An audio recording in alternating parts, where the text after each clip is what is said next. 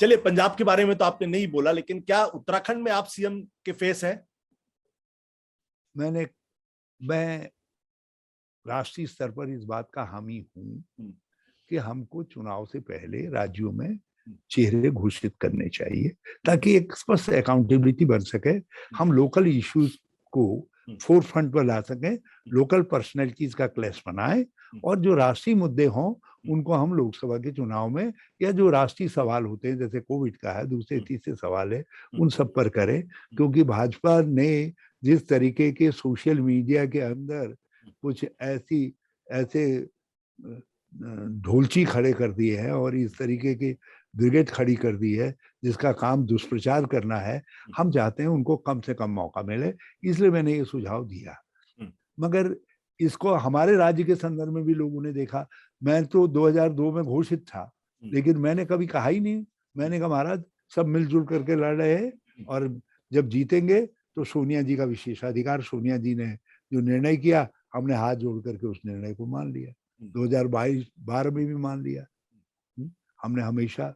तो हमारे उत्तराखंड में ये सवाल नहीं आएगा, कम से कम हरीश रावत की वजह से नहीं आएगा। हाँ, पार्टी अपना हित अनित देखे। यदि मुझको आगे खड़े करने से हित होता है मुझे आगे खड़ा करे और मेरे अनहित होता है तो मैं पीछे खड़ा हूँ। मुझे आगे और पीछे खड़े होने में 1 सेकंड, निर्णय करने में 1 सेकंड भी नहीं लगेगा। मैं आगे भी खड़ा हो सकता हूँ, मैं पीछे भी खड़ा हो सकता हूँ। लेकिन जब आप मुझे आगे खड़ा करेंगे तो उसका एक इंप्रेशन जाता है, पीछे खड़ा करेंगे उसका एक इंप्रेशन जाता है। वो पार्टी को तय करना है, वो मुझे नहीं तय करना है। आपको लगता है कांग्रेस पार्टी इस बार उत्तराखंड में अच्छा कर सकती है? बहुत अच्छा। हम जीत रहे हैं। ये कॉन्फिडेंस क्यों है आपको? मुझे इसलिए है क्योंकि भाजपा ने 4.5 साल बेकार कर दिए। उन्होंने केवल हमारी नीतियों को बदलने और उनको कंडेम करने में लगाया और कुछ कर नहीं पाए। वो अपना डबल इंजन स्टार्ट नहीं कर पाए और कुछ हो ही नहीं पाया। अब ये लगा लीजिए, नहीं तो 3 मुख्यमंत्री क्यों बदलने पड़े जैसे चुनाव आए। विधानसभा के बीच से उठा करके लाए। जिसने बजट पायलट करना था, बजट पारित हो रहा था, दूसरी तरफ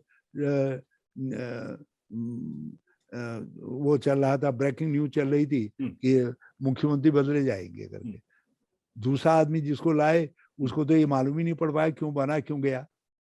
वो तो सुहागन होने से पहले ही विधवा हो गया बेचारे जो है। तीसरे का भी यही हाल होने जा रहा था, लेकिन वो कैसे बच गया क्योंकि उनको लगा कि कहीं ऐसा ना हो कांग्रेस को जो है हम बिल्कुल ही तस्तरी में परोस करके दे दे। वो तीसरा बच गए, तीसरे व्यक्ति बच गए। तो भाजपा ने खुद ही एडमिशन। सबसे बड़ा बात तो यह है कुंभ के समय में उत्तराखंड के नाम पर इतना बड़ा धक्का लगा दिया। जो कुंभ हमारी ख्याति बढ़ाता था, उस कुंभ में टेस्टिंग घोटाला करके जो है सारी दुनिया की अंगुलियां हमारी तरफ उठ गई। तो उत्तराखंड कैसे इसको बर्दाश्त कर सकता है? डेवलपमेंट में नहीं, बेरोजगारी आज देश के अंदर सर्वाधिक उत्तराखंड के अंदर है, सर्वाधिक।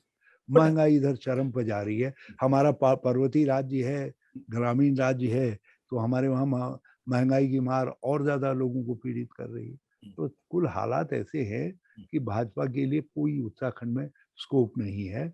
अब उनकी केवल यदि कोई मदद कर सकता है तो सो कॉल्ड ईवीएम बाबा की तपस्या करे तो वही कुछ मदद कर सके तो कर सकेंगे।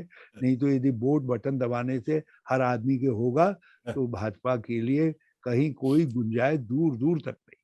बट हरीश जी, पिछली बार आप दोनों जगह चुनाव लड़े थे और दोनों जगह से आप हार गए थे। आप इस बार आप कैसे कॉन्फिडेंट हैं? आप? मैं इससे कॉन्फिडेंट हूँ, 2017 के अंदर मोदी प्रचंड वेव चल गई थी, हिंदुत्व की प्रचंड वेव यूपी के कारण चल पड़ी थी। हम यूपी का हिस्सा थे और यूपी में बड़े बड़े सूरमा थे, अलायंस भी था, सब कुछ था, लेकिन क्या हालत रही सबकी आपने देख लिया। और 2016 के उस कालखंड में, 2017 के कालखंड में भाजपा सब जगह जो है, सब जगह बहुत अच्छा परफॉर्म की। उनका वोट परसेंटेज भी बहुत बड़ा और जो पार्टियां उनके कंटेस्ट में थी उनका वोट परसेंटेज बहुत नीचे गया। आप यूपी में देख लीजिए, दूसरी जगह देख लीजिए। लेकिन उत्तराखंड में हम 2017 में भी अपना 2012 का, जिसके बल पर हम सत्ता में आए थे, वो वोट परसेंटेज बनाए रखने में सफल हुए।